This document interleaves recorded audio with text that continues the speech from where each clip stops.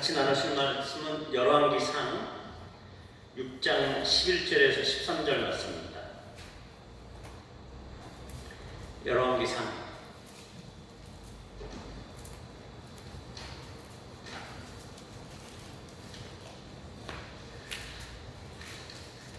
구약 페이지로서 520페이지 6장 11절에서 13절 제가 봉독하겠습니다. 여호와의 말씀이 솔로몬에게 임하여 이르시되 네가 지금 이 성전을 건축하니 네가 만일 내 법도를 따르며 내 율례를 행하며 내 모든 계명을 지켜 그대로 행하면 내가 네 아버지 다윗에게 한 말을 네게 확실히 이룰 것이요 내가 또한 이스라엘 자손 가운데 거하며 내 백성 이스라엘을 버리지 아니하리라 하셨더라. 아멘. 오늘은 이 말씀 나누는데 오늘 그 말씀 성경 그 묵상 나눔이 수넴 여인이 7년 기근을 당하고 그래서 엘리사가 7년 기근을 피해 갔다가 블레셋에 갔다가 돌아오라고 하신 말씀이잖아요. 그것은 이제 새벽에도 말씀을 나눴는데 이제 그 의미를 먼저 잠깐 말씀 나누고 오늘은 특별하게 그 묵상 구절을 가지고 나눌 말씀이 없어서 아침에 지금 기도하는데 하나님께서 성전에 대한 이야기를 지금 하시는 것 같더라고요. 그래서 이제 성전에 대한 이야기를 하는데 그 이야기 나누기 전에 오늘 묵상 나눔에 있어서 그 수넴 여인이 7년 동안 그 기근을 피해서 갔다 온 사건에 대해서 잠깐 말씀을 드리면 그 수넴 여인이 하나님을 경외하는 또 하나님의 사랑을 잘 공개했던 하나님과 겉하고자 하는 그런 여인이었기 때문에 그 7년의 기근 동안에도 유독 이 한 여인에게만 엘리사가 얘기를 해서 블레셋 지방에 갔다가 7년 만에 돌아온단 말이죠. 그렇게 하나님께서 특별한 은혜가 있는 이 여인에게 딱 돌아오고 봤더니 그 집과 아무래도 그 여인이 이제 명망이 있던 여인이기 때문에 부동산도 꽤 됐을 거예요. 근데 집과 전토가 다 뺏긴 거야.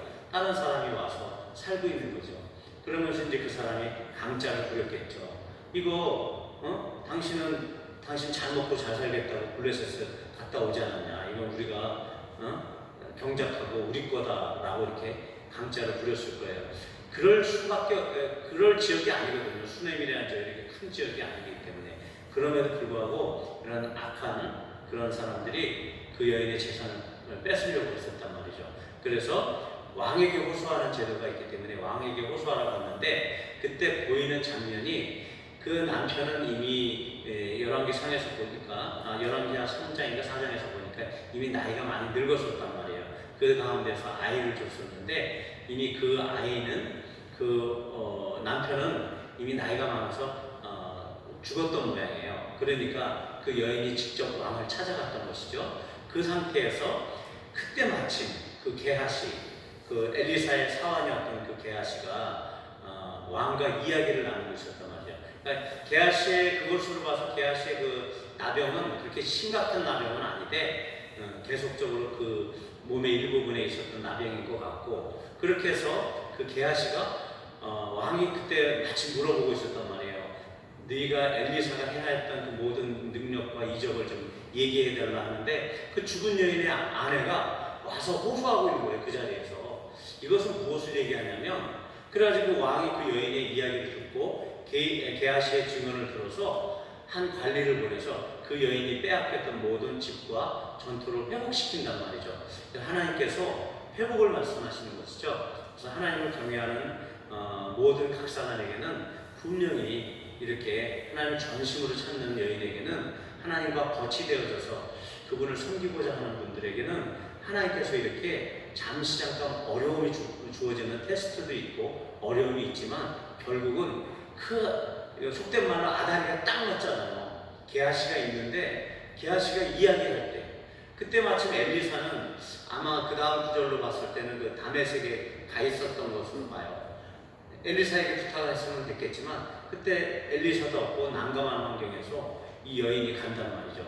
그때 자기 아들만 데리고 가서 이렇게 이야기를 하는 것을 게하시가 그 아들을 보면서 또 이렇게 얘기하는 것들을 봤을 때 모든 것들이 이렇게 짜서 조합해 놓은 듯이 하나님께서 그 여인의 모든 전투를 회복해 주시기 위해서 그때 마침 그 시간에 아주 정확한 타임에 게하시를 왕 옆에 있게 했다는 거죠.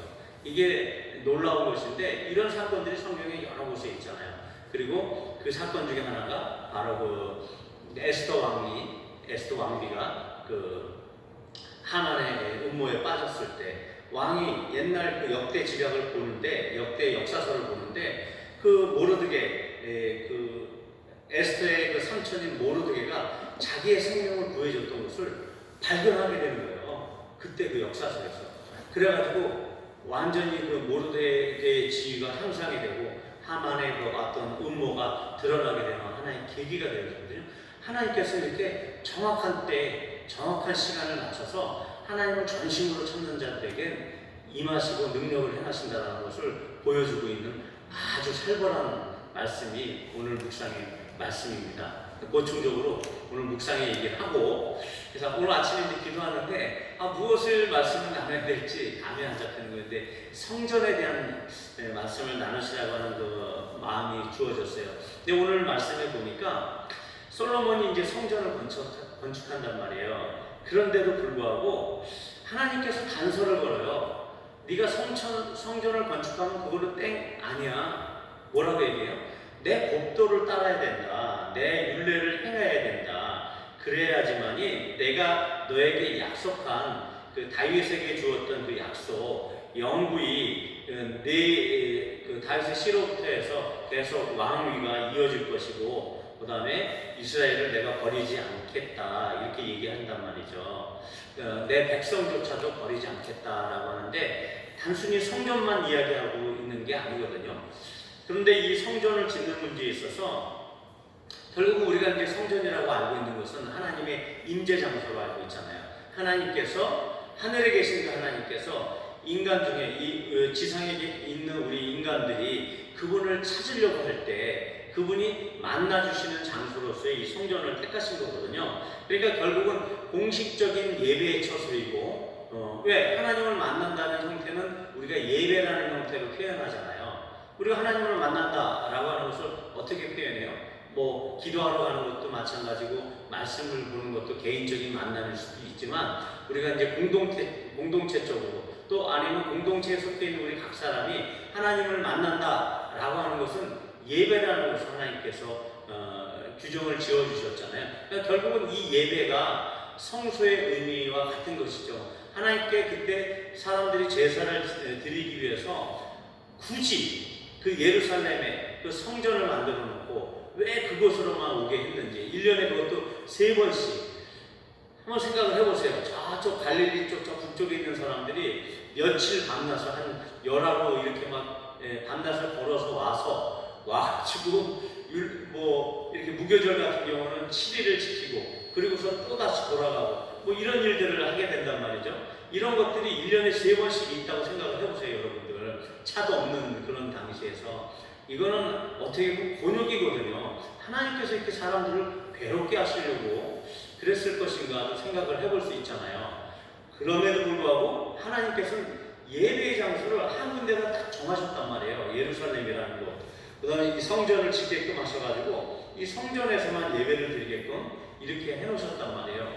이것으로 봤을 때 하나님은 참 어떻게 보면 우리를 괴롭히려는 분도 아니고 아니 예배도 주일날 한 번만 드리면 되지. 주일날 일부 예배 또 이 오후 예배 수요 예배 금요 예배 참 어떻게 보면 우리 인생이 예배로 시작해서 예배로 끝나는 것처럼 정말 바쁜 사람에게 되면 정말 이 예배라는 것이 어떻게 보면 곤란스러운 일일 수도 있잖아요.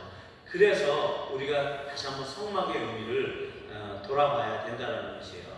하나님께서 이렇게 성막과 성전, 하나님을 예배하는 장소를 따로 구분해 놓고 그 이스라엘 민족이 1년에 3번씩 온 가족을 데리고 그것도 드릴 재물들을 끌고서 그들 먹을 것까지 다 챙겨가지고 그 짐승들을 먹을 것까지 챙기려고 해봐요. 수레에다가 잔뜩 싣고 와야지.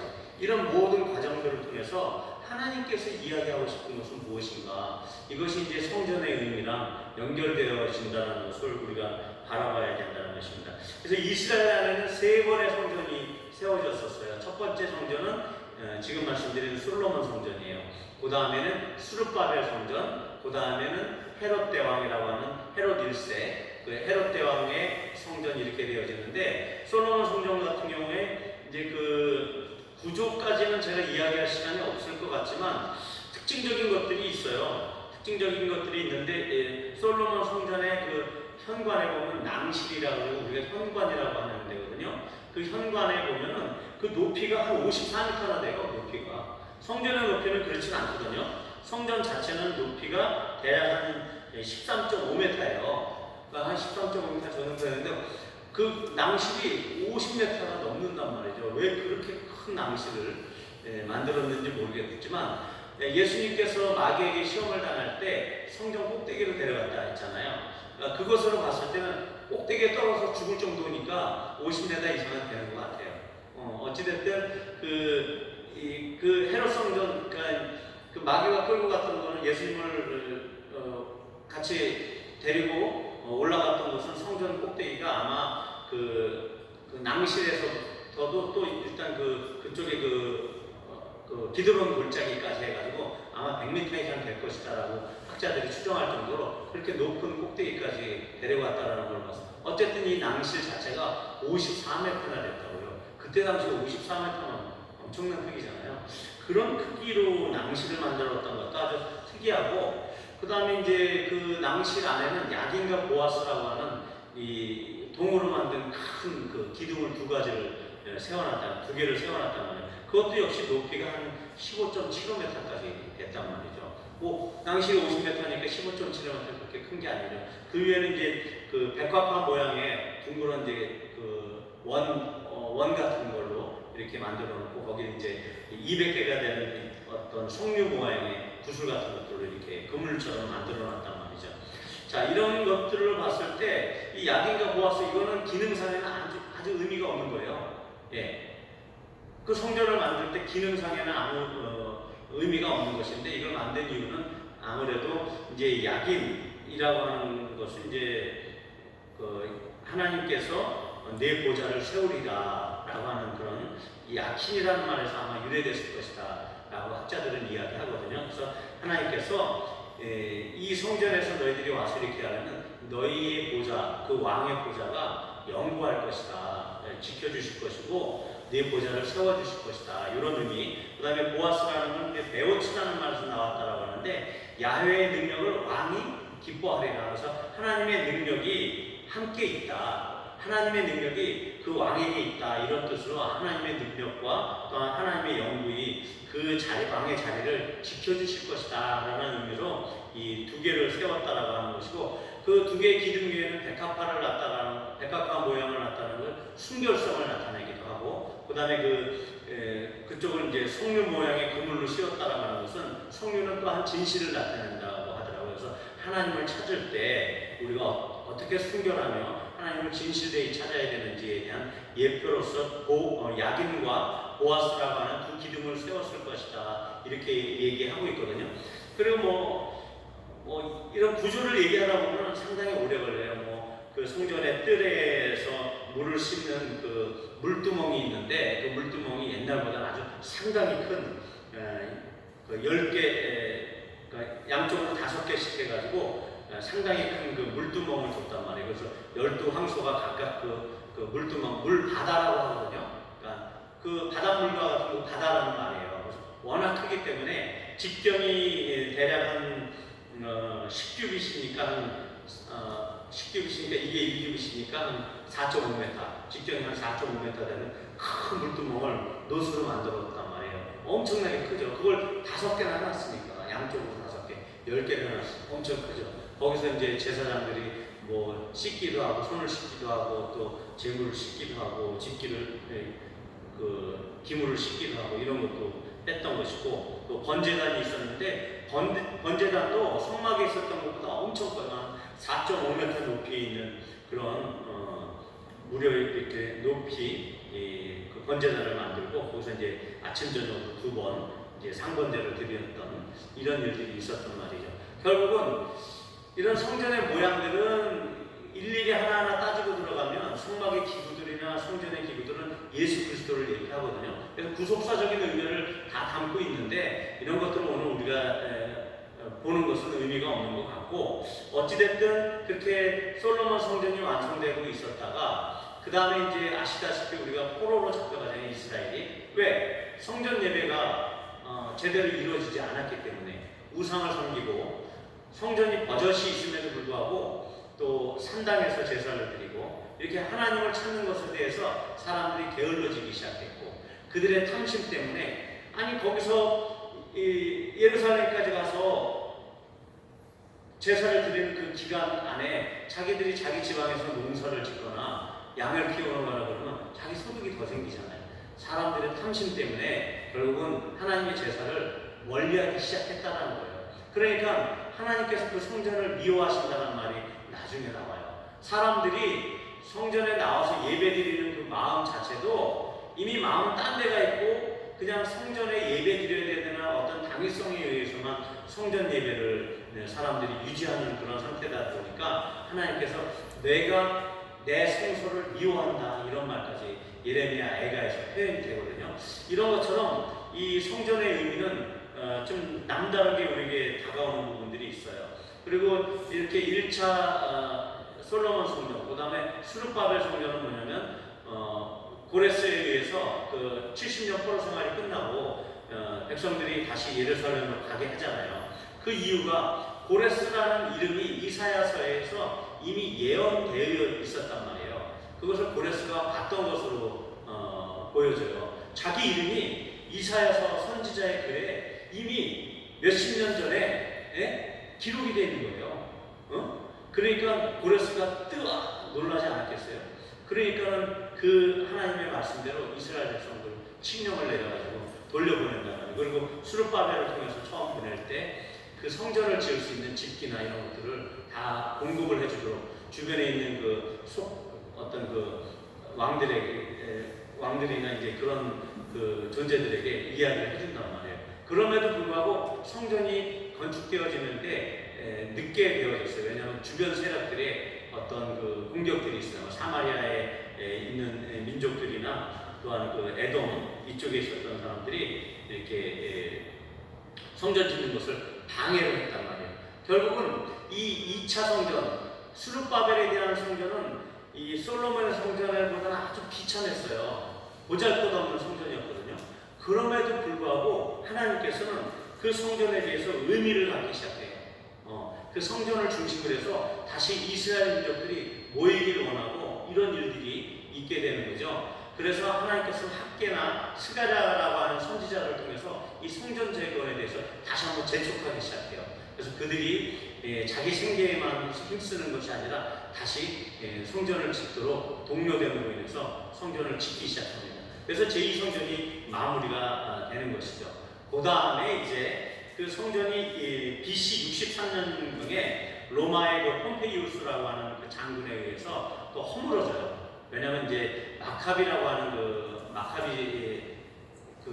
마카비 가문에서 그 성전을 요새화를 만들어 버렸거든요. 그래서 로마에 항거하게 되는데 그 원인이 된 게 뭐냐면 그 수리아, 지금 아람이라고 우리가 얘기했던 그 수리아 지역에 있는 그 안티오쿠스 에피파네스라고 하는 그 왕이 이 헬라 문화를 이 이스라엘에게 접목을 시키려고 그 성전 안에다가 성전 그 제사 드리는 그 성전 번제단이 있는 데다가 로마 황제의 신상을 만들어 놓고 이런 로마 황제 신상이 아니라 제우스 신상, 그 헬라 시대에 그 헬라 신화에 나오는 그 제우스 신상, 이런 그 제우스 신상을 만들어 놓고 이렇게 성전을 더럽히니까 거기에 분개한 그 마카비라고 하는 그 제사장의 인파의 그 집안이 거기에 항거하면서 유력한 가문이었는데 이제 그 성전을 척결하고 성전을 다시 정화시키는 작업들을 하게 된단 말이에요. 그 가운데서 다시 민족적인 독립이 일어나게 되니까 독립정신이 일어나니까 로마가 와서 그 폼페이우스에서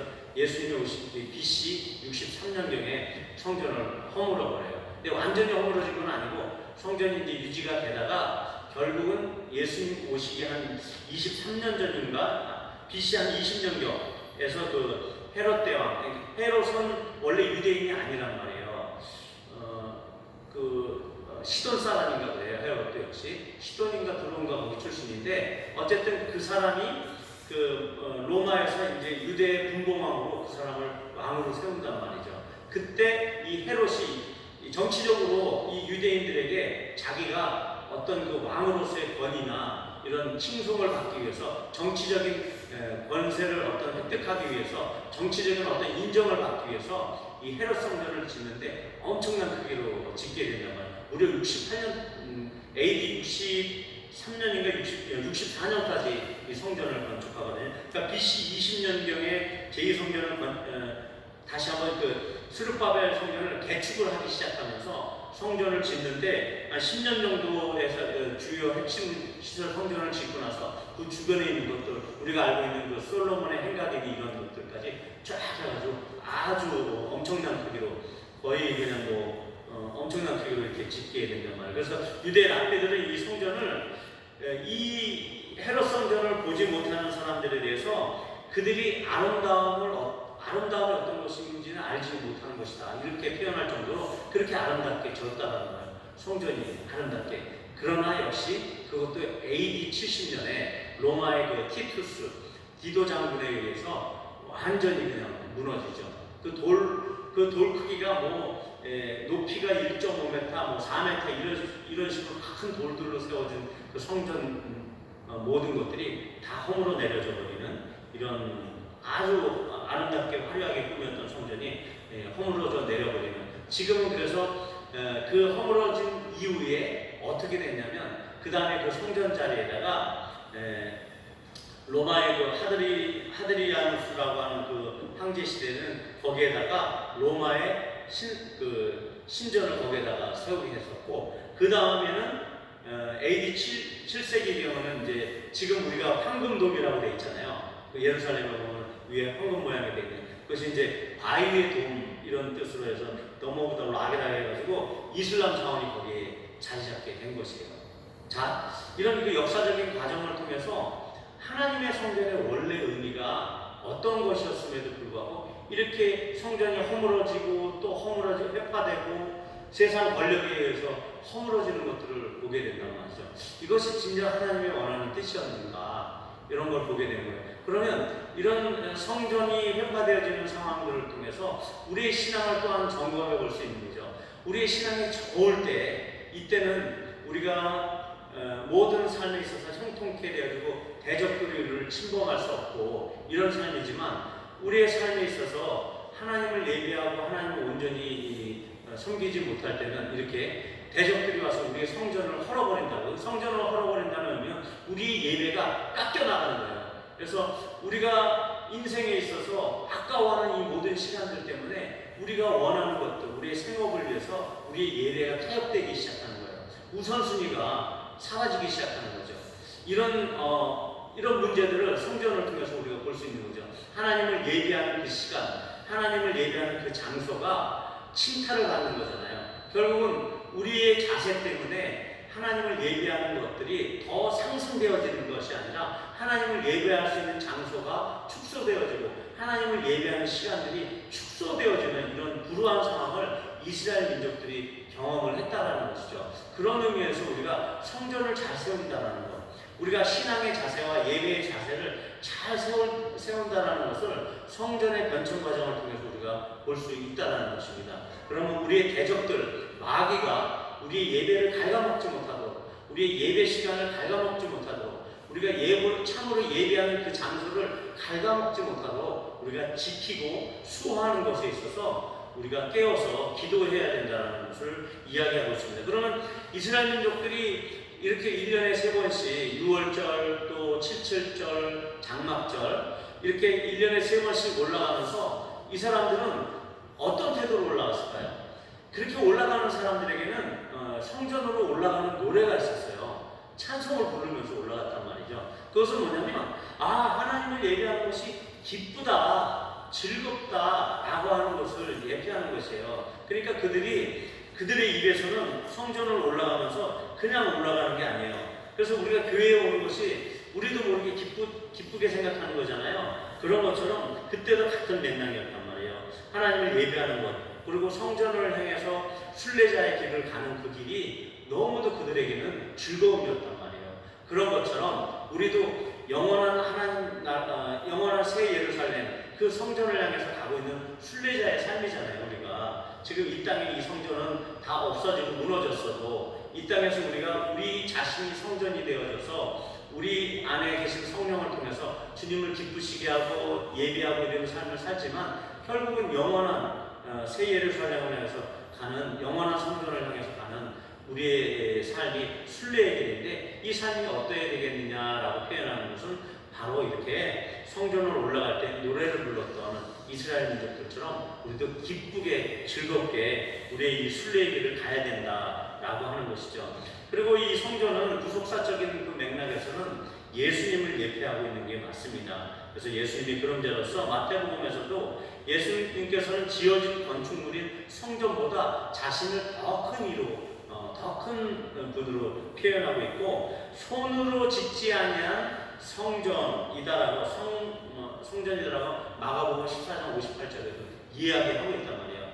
그러면 손으로 지어진 성전이 이제는 필요 없다는 얘기예요. 예, 이제 이 부분에 대해서 이제 우리가 집중적으로 얘기가 들어야 되겠죠. 그리고 신약에서의 그 성전의 비율을 보면은 에베소서에 보니까 에베소서 2장 21절에 건물마다 서로 연결되어져 가지고 우리가 성전이 되어간다 이렇게 얘기하고 있어요. 그러니까 건물은 성도들을 비유하고 있거든요. 그런 것처럼 우리 성도들이 건물마다 서로 이어져 있다.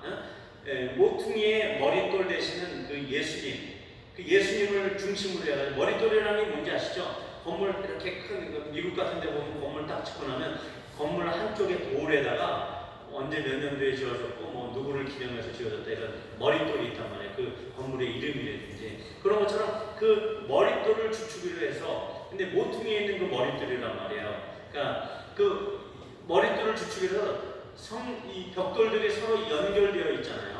그렇게 해서 건물을 형성하는 것처럼 우리 성도 한 사람 한 사람이 서로 유기적으로 연결이 되어서 이렇게 성전이 되어간다라고 하는 것을 표현하고 있는 것이란 말이죠.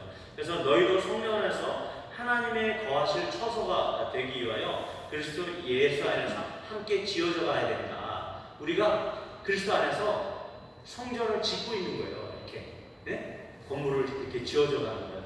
그리스도 성령 안에서 이제 성령이 우리 안에 거하시는 처소잖아요. 그래서 하나님의 거하실 처소가 되기 위해서 온 교회적으로, 예, 그러니까는 캐톨릭 처치죠. 그러니까 공교회 정신, 그러니까 공교회 정신으로 우리가 이렇게 하나의 이런 일부 교회가 아니라 전체 교회로 봤을 때 우리가 하나하나 하나님의 성전을 만들듯이 우리 자신이 성령께서 인도하시는 바에 따라서 서로 유기적으로 연합하여서 큰 성전을 이루어가는 하나님의 임하시고 거하시는 그 성전을 만들어가는 그런 개념으로서 이제 신약에서는 성전을 표현하고 있습니다. 자, 그렇게 이 솔로몬의 성전이 그래서 1성전으로서 아주 영화로운 성전으로서 그 안에 들어간 지성소에만 들어간 그 금만 해도 2만 톤이 넘는 2만 300톤인가 정도의 금이 들어갔단 말이에요. 엄청난 1톤도 아니에요. 2만 300톤 정도의 금이 그 지성소에 깔릴 정도로 엄청난 금이 들어간 그 화려한 그 솔로몬의 궁전이 금이라고 하는 것은 하나님의 임재나 하나님 나라의 왕권을 상징하잖아요. 그런데 이 금이 그렇게 둘려진 그 성전이 솔로몬 성전을 솔로몬 성전으로 세워지게 되는데 그때 이런 모든 금들이나 철이나 돌이나 이런 사람이나 이런 것들을 구비했던 사람은 솔로몬이 아니고 누구였죠? 다윗이란 말이에요. 근데 다윗이 왜 다윗은 성전을 그렇게 만들고 싶었어요. 다윗은 평소에도 예배를 잘하는 사람은 하나님을 찾는 사람이었음에도 불구하고 그는 왜 성전을 짓지 못했죠? 네, 피를 많이 흘렸다는 거예요. 다윗의 일평생에 전쟁을 많이 해가지고 피를 많이 흘렸다는 거예요. 그렇다고 하나님이 다윗을 인정하지 않는 것은 아니잖아요. 다윗을 하나님의 마음에 합한 사람이라고 했음에도 불구하고 단순히 전쟁에서 피를 흘렸다라는 그거 하나만 가지고 왜 성전을 짓지 못했냐 이렇게 의문을 가질 수가 있거든요. 근데 이것은 성전의 성격 때문에 그래요. 성전의 성격. 그럼 성전의 성격은 무엇이냐면 성전은 전쟁하는 사람이 지을 수 있는 것이 아니에요. 결국은 성전은 뭐냐면 하나님과 하나님의 백성이 만나서 평화가 이루어지는 것이거든요. 이해되시죠? 하나님의 평화, 샬롬이 그 안에 머무르는 장소예요. 하나님과 인간이 대적하는 장소가 아니라 하나님과 인간이 만나는 장소예요. 천상에 계신 하나님께서 인간과 만나는 장소로 제한적으로 그곳에 하나님의 임재를 나타내는 지성소를 만드시고 그 지성소 안에 법계 위에 시은좌, 시은소라고 해가지고 구름날개 두 개가 이렇게 딱 펴서 마주치고 있는 그 사이에 하나님의 임재가 있는 그곳이거든요. 그곳에 이 성전이 지어진 이곳에 하나님의 평화가 선포되는 것이에요. 이 평화에 선포되는 성전의 특성상 전쟁에 능한 사람, 전쟁을 많이 하는 사람은 이 성전을 지을 수 없다는 것이 하나님 성전의 원칙인 것이죠. 그래서 솔로몬의 원어가 샬롬이거든요. 솔로몬, 샬롬 비슷하잖아요. 샬롬은 그렇게 이 솔로몬이 성전을 지을 수밖에 없었던 그런 원인이 여기에서 우리가 볼 수가 있는 것이죠. 오직 하나님의 이름을 두시려고 하신 그 장소, 그 성전에 그 성전을 짓는 데 있어서 결국 하나님의 그 샬롬이 임하기 위해서는 이렇게 솔로몬을 통해서만 지을 수밖에 없었던 이유가 있었던 거죠. 그리고 이제 성전에 대한 오해가 있을 수 있어요.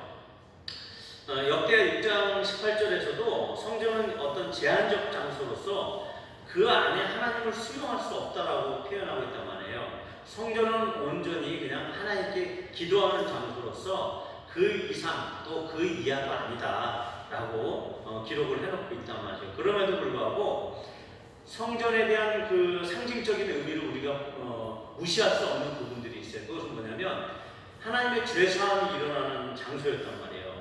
그리고 하나님의 말씀이 선포되어지는 장소였단 말이에요. 그런 것을 봤을 때 그런 어떤 특별한 장소로서의 인식을 우리가 버릴 수가 없어요. 단순히 그냥 기도하는 장소로서의 하나의 건물로서만 이해할 수는 없었단 말이죠.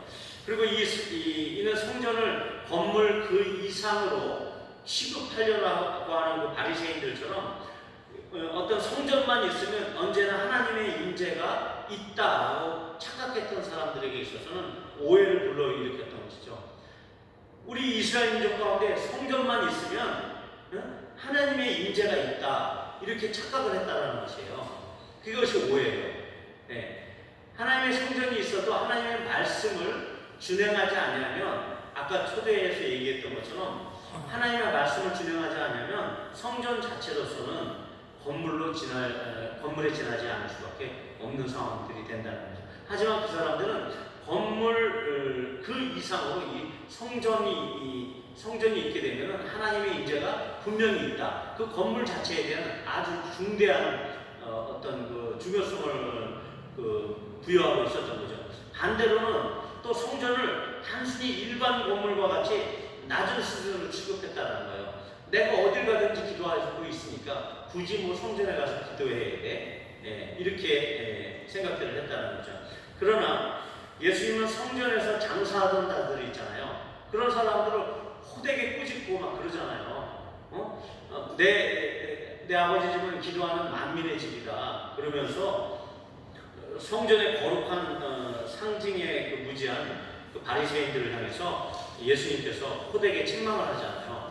이것은 뭐냐면 성전이 뭔가 단순히 기도하는 집이라는 그 의미 그것보다 더 거룩한 어떤 상징적인 의미를 갖고 있기 때문에 예수님께서 그렇게 행하면서 마태복음 23장 16절에서 이런 말씀을 하신단 말이죠. 그때 당시에 그 사람들이 성전 안에 이제 금이 이렇게 발려져 있잖아요. 그러니까 그 사람들의 말 중에서 이런 말도 있어요. 누구든지 성전으로 맹세하면 아무 일이 안 일어나는데 성전에 있는 그 금으로 맹세하면 지킬지라 이렇게 얘기하고 있어요. 이게 우매함이죠. 그들은 성전 안에 있는 그 금에 대해서 금이라고 하는 것은 하나님의 어떤 임재에 하나님의 어떤 주권을 상징하니까 금을 통해서 맹세하면 될 것이다라고 했지만 예수님의 평가는 그게 아니에요. 성전보다 더 큰, 금보다 더 큰 이 성전을 향해서 맹세해야지. 이 어리석은 사람들아, 금이 더 크냐 아니면 성전이 더 크냐 이렇게 얘기하고 그러면 결국은 예수님께서도 이 성전 자체의 건물을 의미하는 것이 아니라 성전의 상징적인 의미에 대해서 이야기하고 있는 것이요. 그러니까 이 바리새인들이 이 성전을 어떻게 이해하고 있어야 되는지에 대해서 지금 이야기하고 있는 것이다 말이죠. 그리고 뭐 예물이나 제단이나 이런 것들에 대해서는 제단보다 더 큰, 예물보다 더 큰 이 제단 중에서 어떤 게 더 크냐 이런 식으로 하고 있는데 일단 시간상 그런 것들은 넘어가고요. 자, 그래서 이제 성전의 기능을 볼 수 있는 것들이 열왕기상에 나와 있어요.